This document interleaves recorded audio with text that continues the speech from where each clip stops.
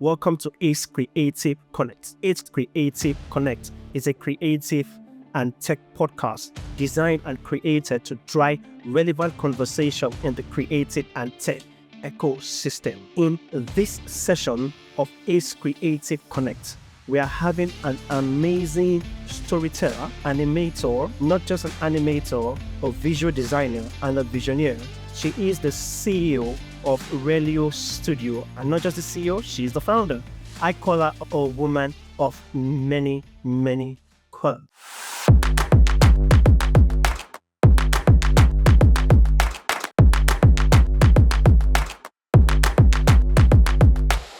Esosa Dare Herald, it's good to have you here. My pleasure, my pleasure. Now, I'm just going to start with just a beautiful or brilliant question. Like I said at the beginning, when we're having a conversation and thoughts on how this session is going to be, it's just going to be more of creative mind, just having a chit chat on the topic, which is creative making change from inspiration to impact.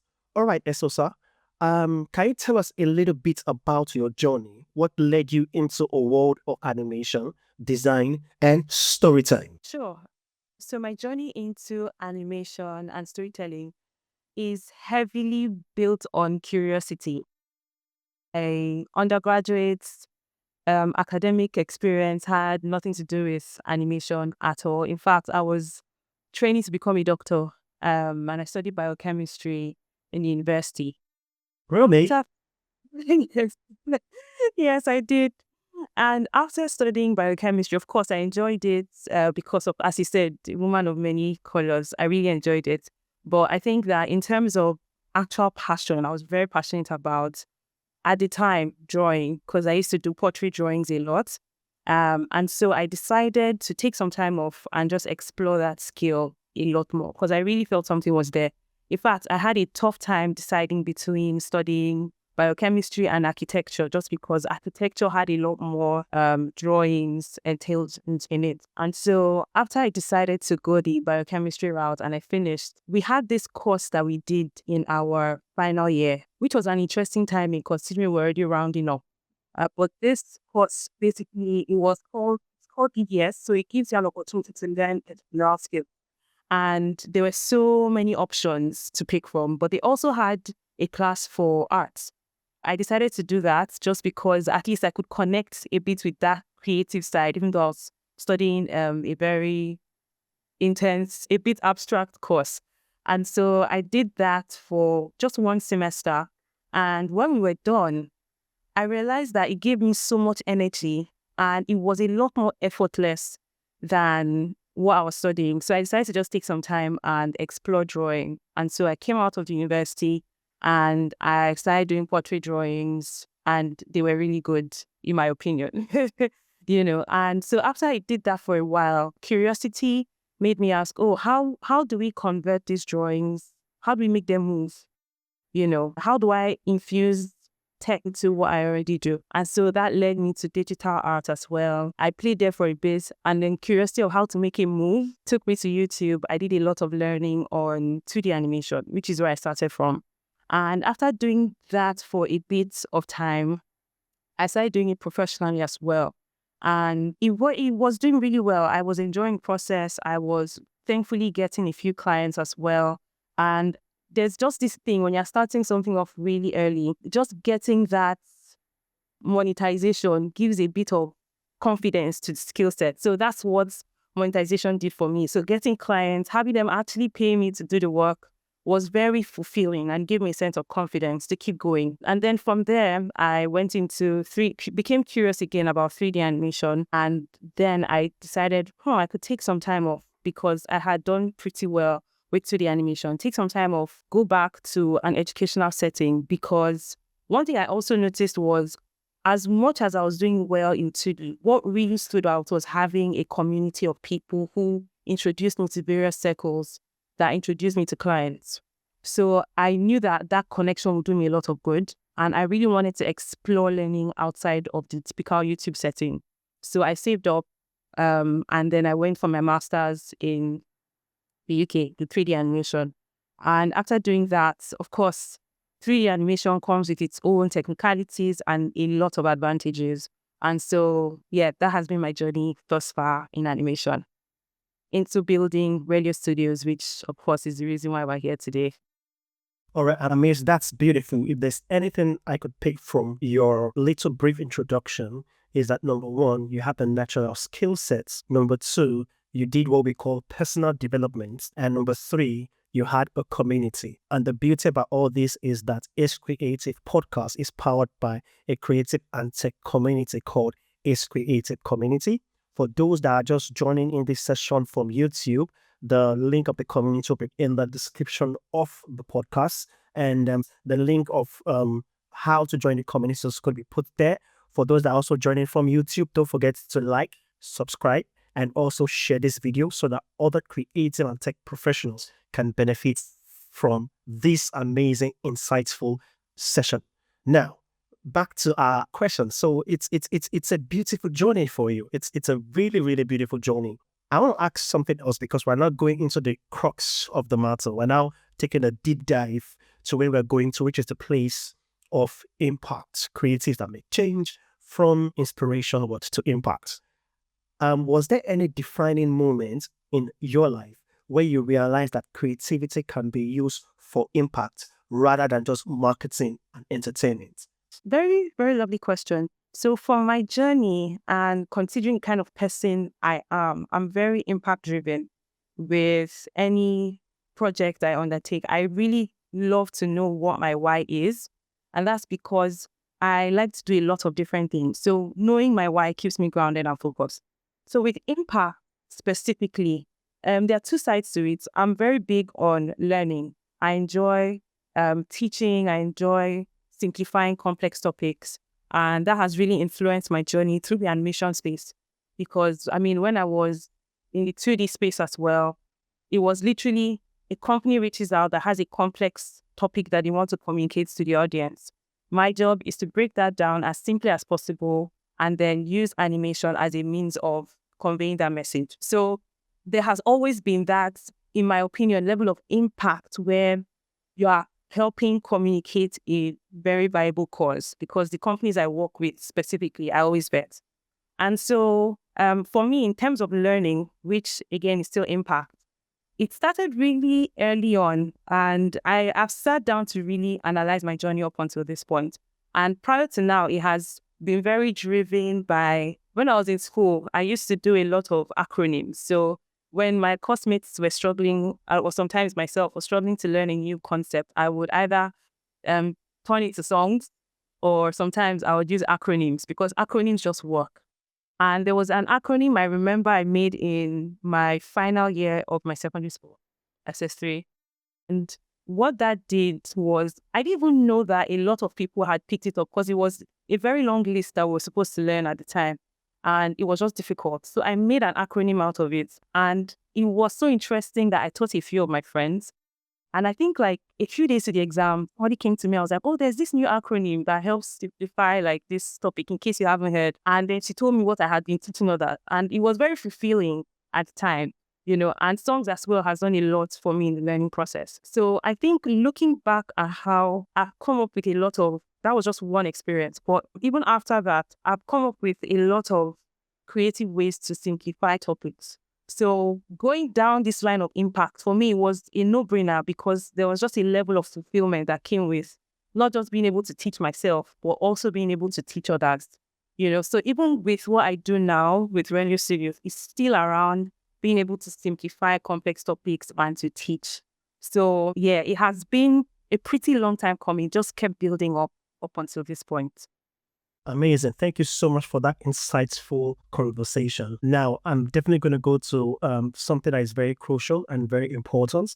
Radio Studio, irrespective of the fact that it has worked for local and global brand, there's a particular impact-driven project in which you're working on right now, which is one of the major reasons why you're one of the most qualified persons to be having this conversation with the community and everybody listening to this podcast, is that you are trying to use creativity to tackle the conversation of child abuse. So can you discuss with everybody listening to this podcast, what that impact project from inspiration to the place of impact is all about with respect to you causing a creative change.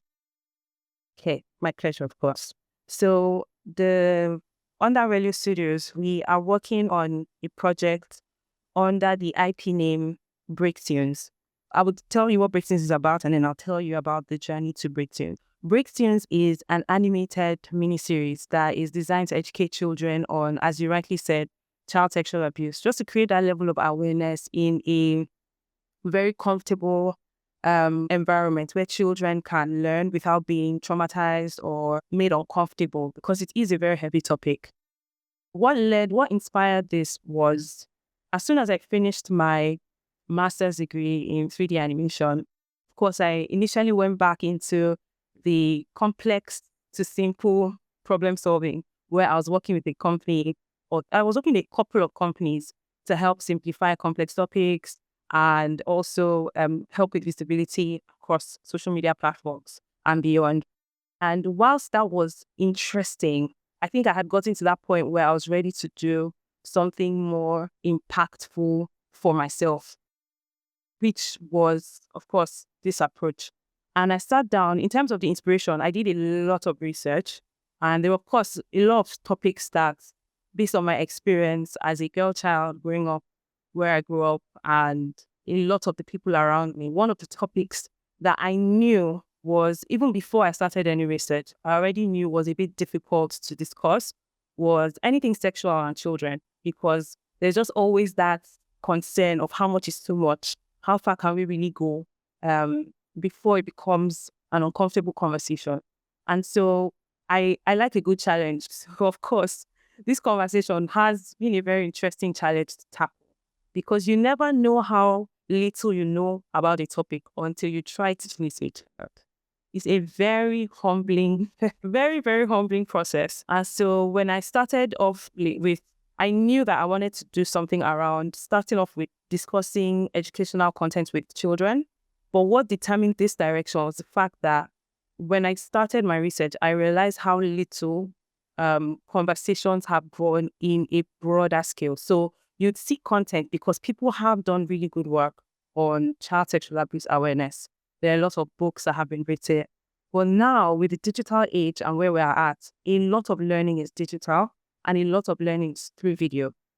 But when you look at that space with this type of content, you don't see a lot of content done, and especially African-based content. So I really wanted to be able to work on something that gives light or sheds a bit of visibility on us as a people, what we look like, and just create that further sense of representation.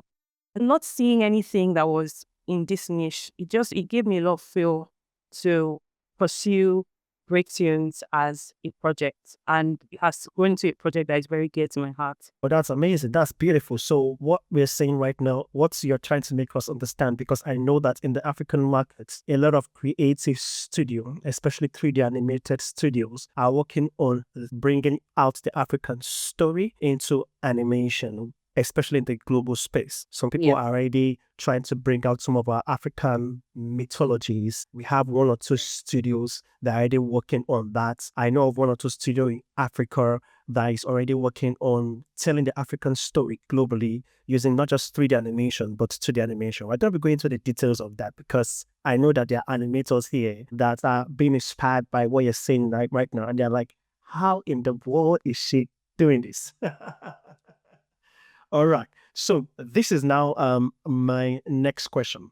We know a lot of global brands who are using animation to tell beautiful stories. We have popular brands. One of the kids shows in which they teach children how to fix things simply. You can use animation, but you're focusing more on a very, very sensitive, heavyweight topic. So how do you ensure that animation is both engaging and educative for the young mind, especially based on sensitive topics that you're touching into? Research.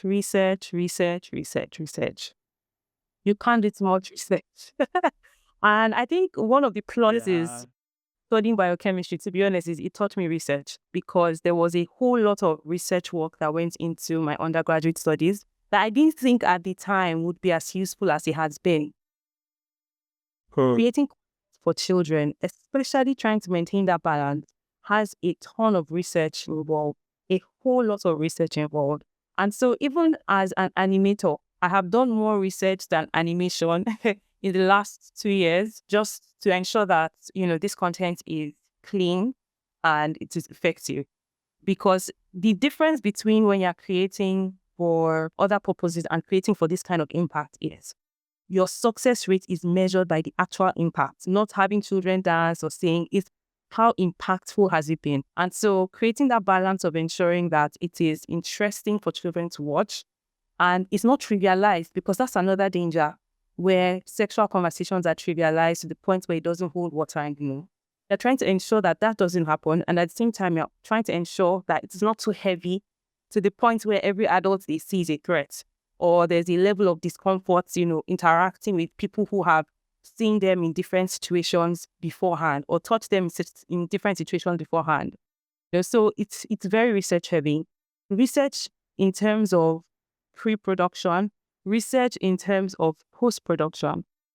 Right now, in terms of our structure, we are working on completing the first episode, and the goal is not just to release that into the public, but the goal with that first episode is testing. So that's another layer of research that we're doing to ensure that it is safe, to ensure that children can comfortably consume, to ensure that parents are comfortable. Because as much as our target audience is children, our target audience is also the parents that would let their children watch that content. And so it's very research heavy. I've had a lot of conversations with psychologists, conversations with child experts. So many conversations are still ongoing to review every single part of it, just to make sure that it's safe for children to consume. Again, to reiterate, research, research, research. Wow, I basically love your approach to this, especially with the fact that you're getting involved child psychologists and especially people that have experience in working with children. That is so amazing. And the reason why I said this is because I asked you that previous question before I go into the next question, is that when it comes to children content, we have the likes of Paw Patrol that teaches how children can solve problems using critical thinking. That's what I see when I watch Paw Patrol, and that's pretty amazing. So thank you for shedding very insightful light on your approach to ensuring you make that happen.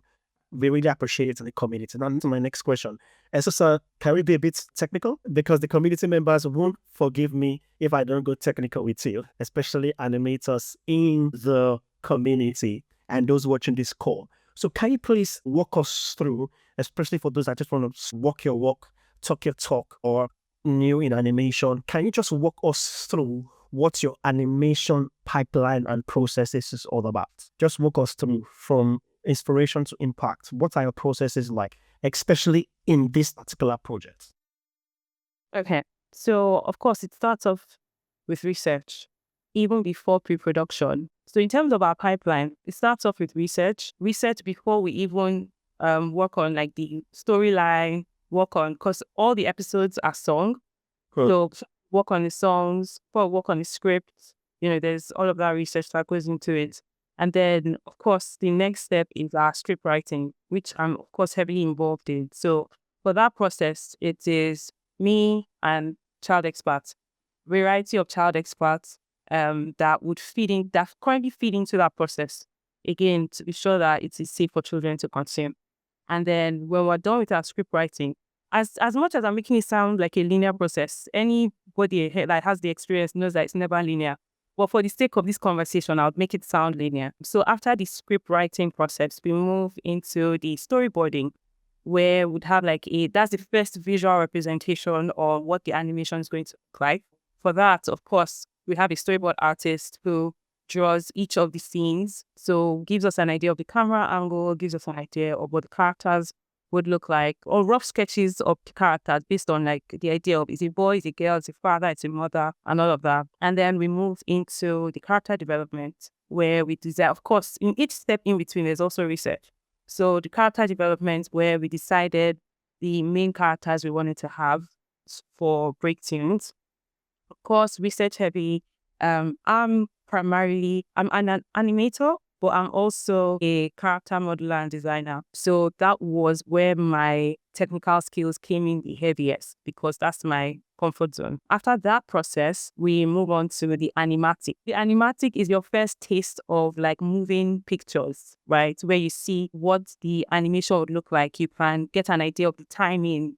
You can get an idea of a better structure of the camera angles as well, and gives you room to make any adjustments you may want to make from the storyboard you did up until that point. If you see anything that looks weird or out of place. And then from the animatic, we go to the blocking. So that's like your first, for us, that's like the first access you have, or the first interaction you have with the environment is the blocking, where the environment for us would have already been designed somewhere else. So environment artists would have done the grunt work on another Maya, because I use Maya, by the way, at the moment. So we would have our environment artist already working on it, but would have a blocking so that the animators can interact with the environment, but a lo-fi version of those environments, and work on the animation. So that allows both the animation and the environment design to happen side by side.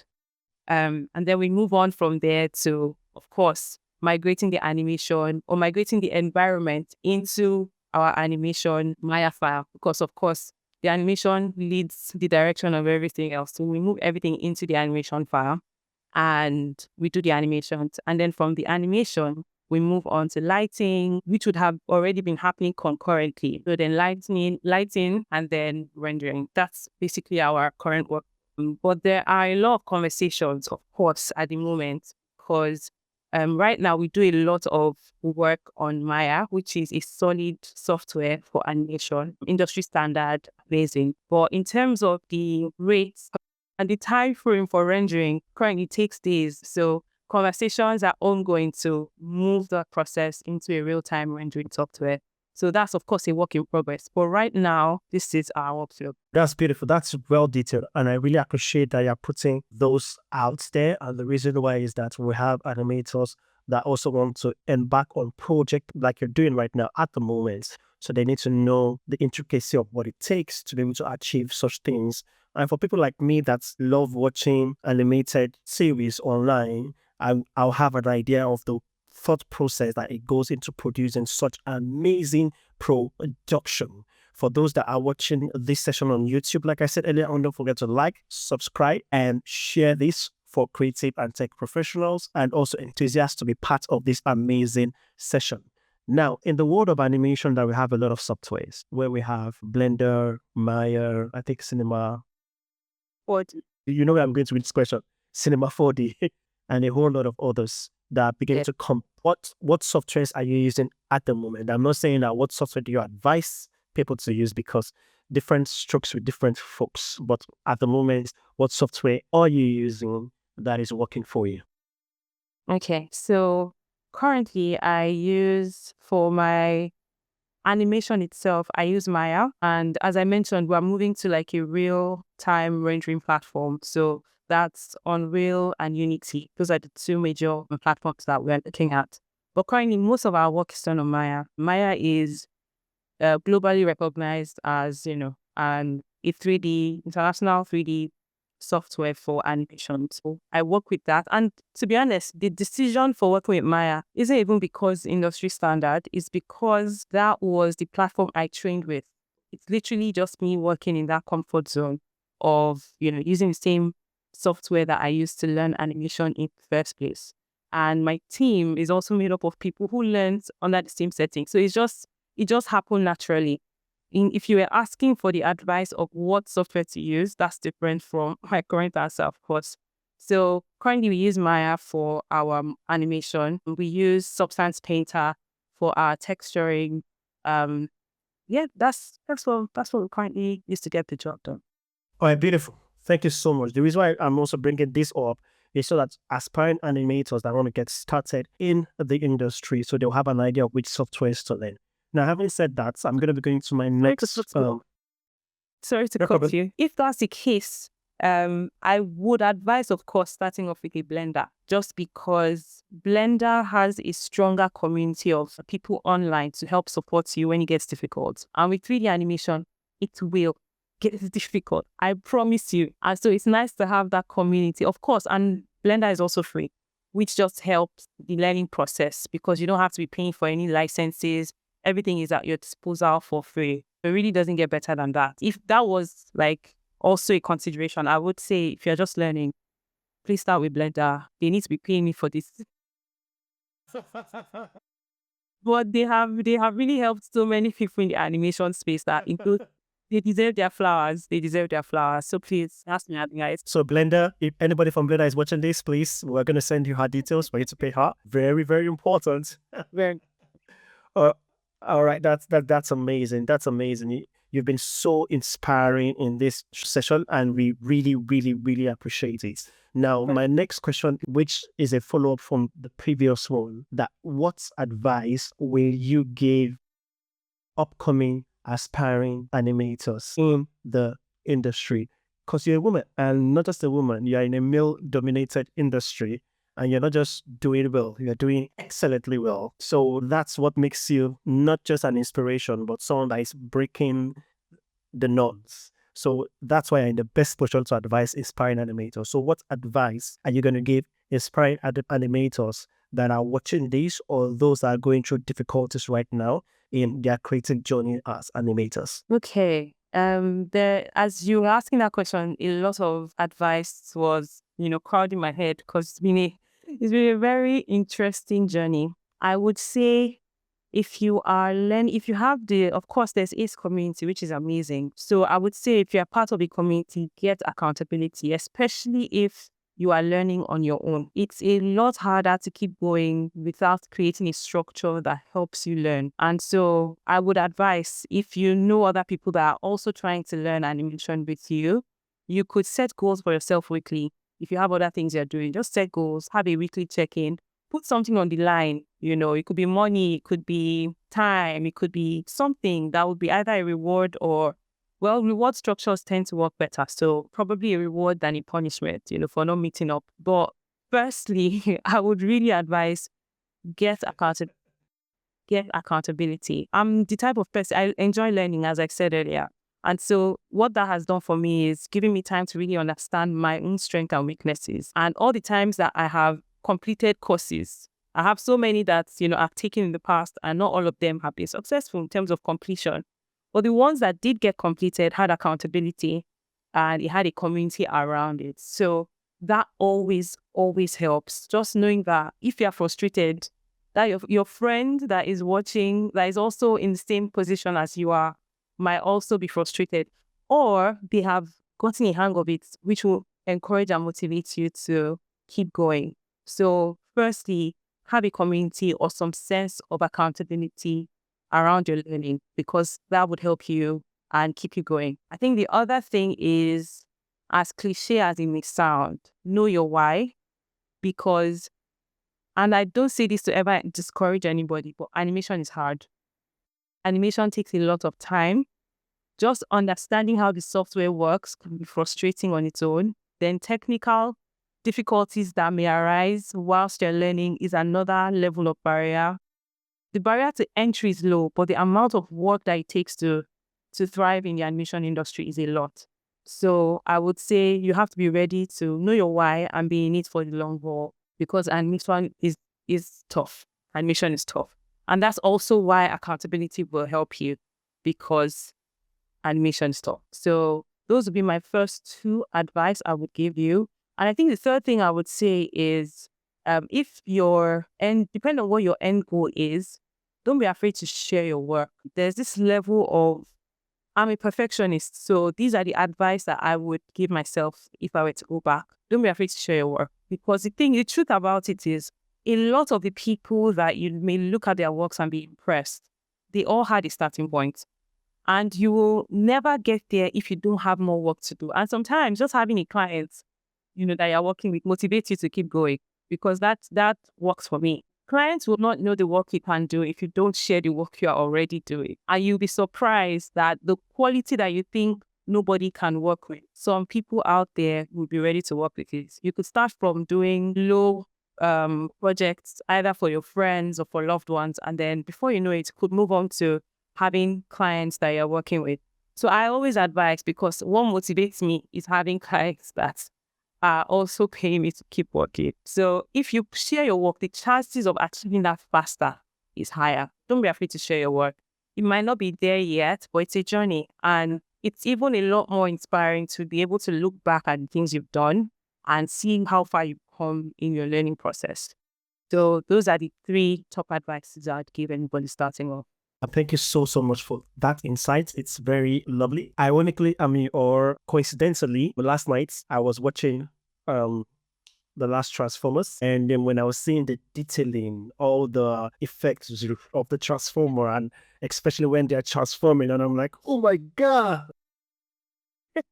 And I'm like, and I'm sure if someone like you are seeing it, the detailing is always crazy, especially when the Optimus Prime or Primal says that I think Transformers maximize, and I was like, is it true? I was like, You really watch the...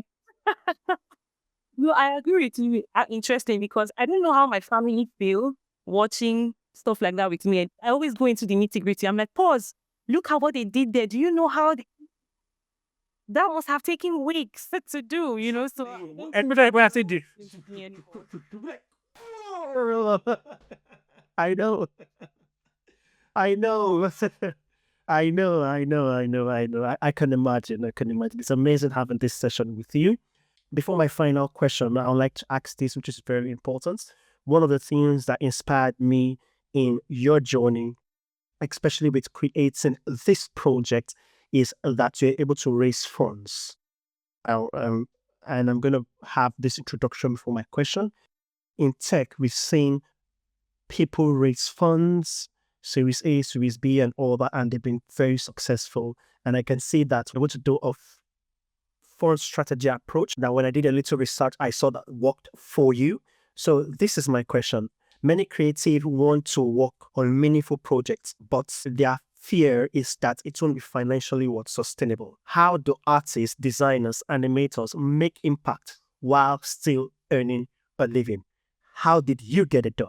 And how can other creative professionals have the ability to be able to, while earning a living, still make impact, especially in the area of finances? Because this is the fear of all creators.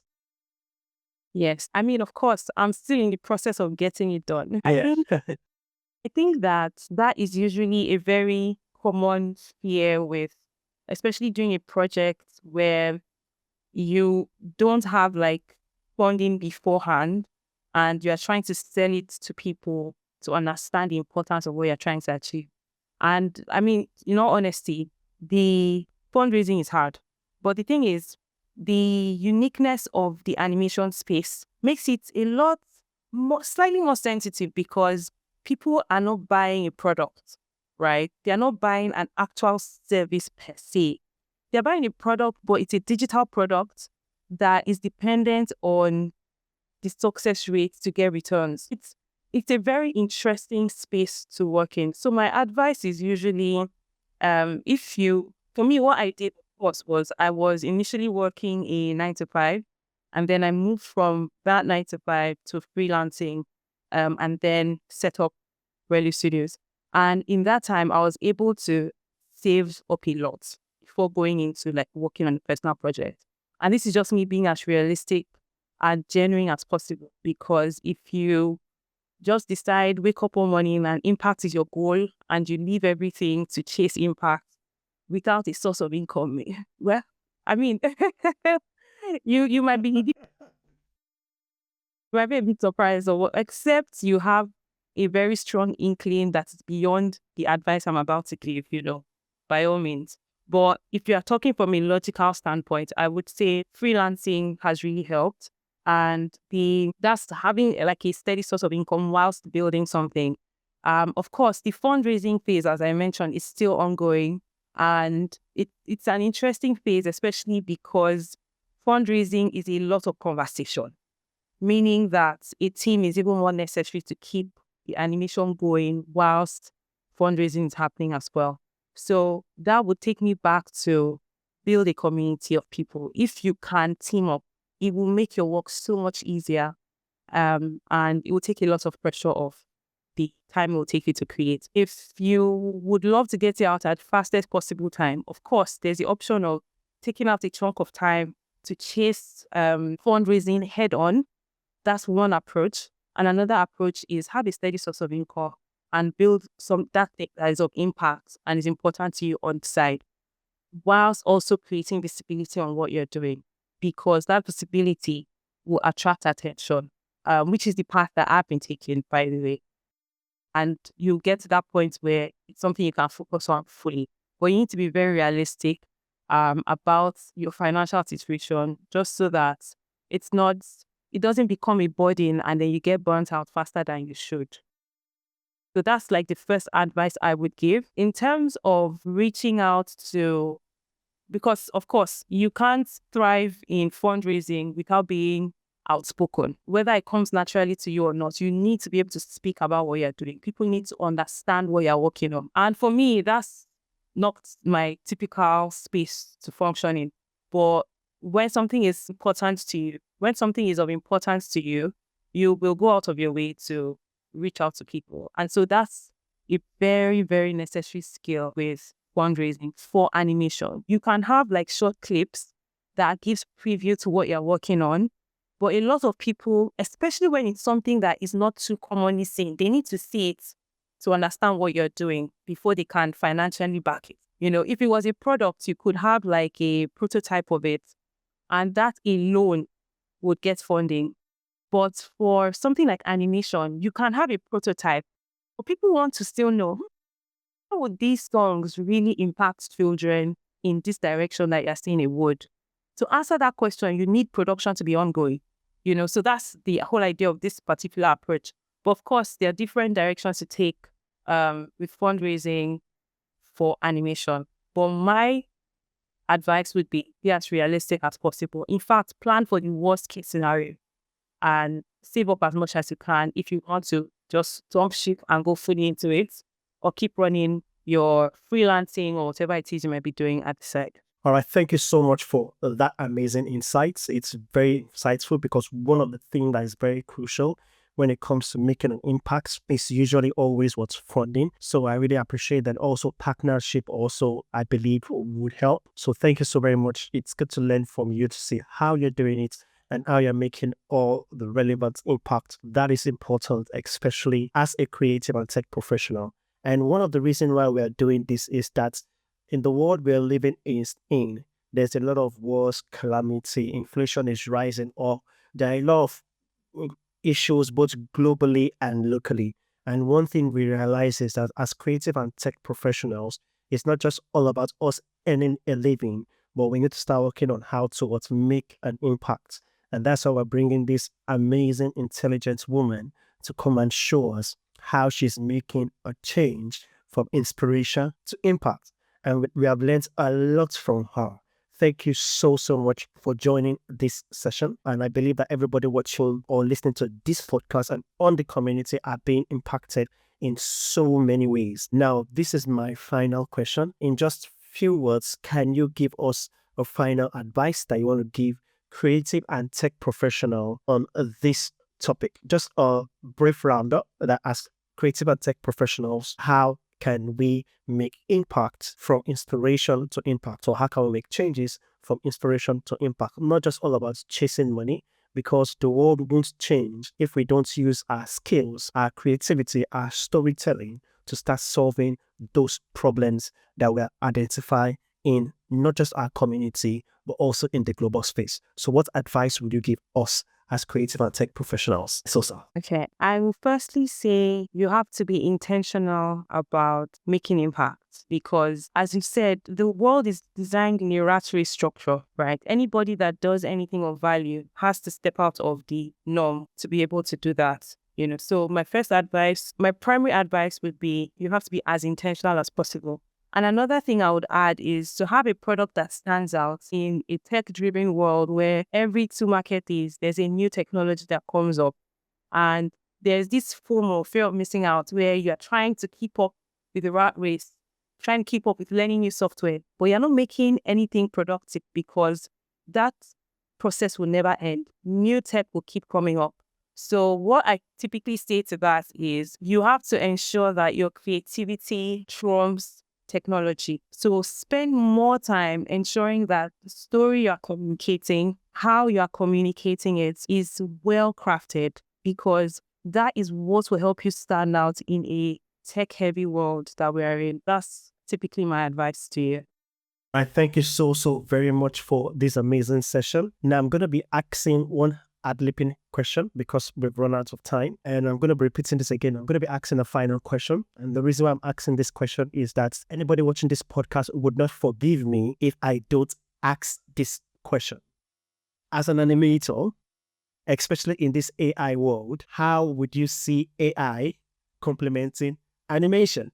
Because it's now becoming crazy out there with the likes of Sora, Midjourney, and the likes. Nobody will forgive me if I don't ask you this question. What's your take on that?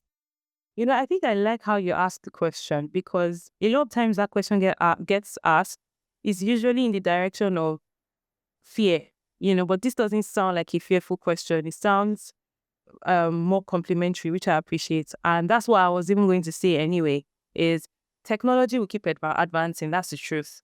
And that's why I mentioned creativity, because we'll get to a time where your technical skills are cute, but AI does it in seconds. And that's the reality. And so positioning yourself in a place where creativity is of topmost importance to you and it's glaring in the things that you produce is what will help you stand out in an AI-driven world where we're moving into. A lot of people till this point are just comfortable in the fact that there are still some glitches happening here and there with AI. Maybe you'd look at some AI-generated animations. You can still see lapses, and you as an expert, you're feeling comfortable. I think that the introduction of AI is an opportunity for animators and creatives to level up in the creativity of stories that they're telling. Because at the end of the day, what would make you stand out from the pack is the creativity behind your work. The storytelling, the intentionality in doing the grunt work is what would actually help you stand out. And AI can complement you in that scenario.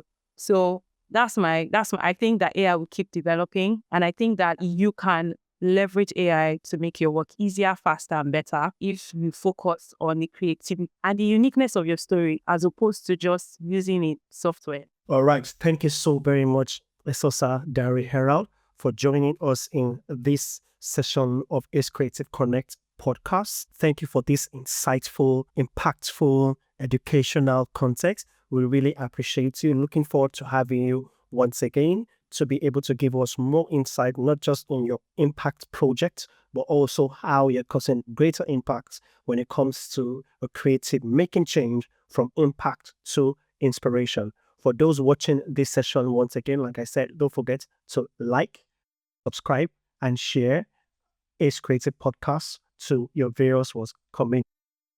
Thank you once again, Esosa. It's amazing to have you in the community, and it's good to know that you're also part of Ace Creative community. Now, for those watching this session and listening, we're going to be dropping a link of how to follow on YouTube Esosa on the description section. We're not just going to just drop all our social media platform. We're going to also drop our website, and we'll also drop email address, which is going to show how you want to connect with her, if you want to be part of our team, if you also want to support financially, because this is an impact project that affects everyone that is watching and listening to this podcast. Beyond that, we are also going to be sharing every other information that you need to know about her in the description section. So like I said, don't forget to like, share, and subscribe once again. Thank you so much for listening to another episode of Ace Creative Connect. Like I always say, keep acing it in all that you do. My name is Demola Adeogun, and I have with me Esosa Dare Herald. All right. See you on the next one. Cheers.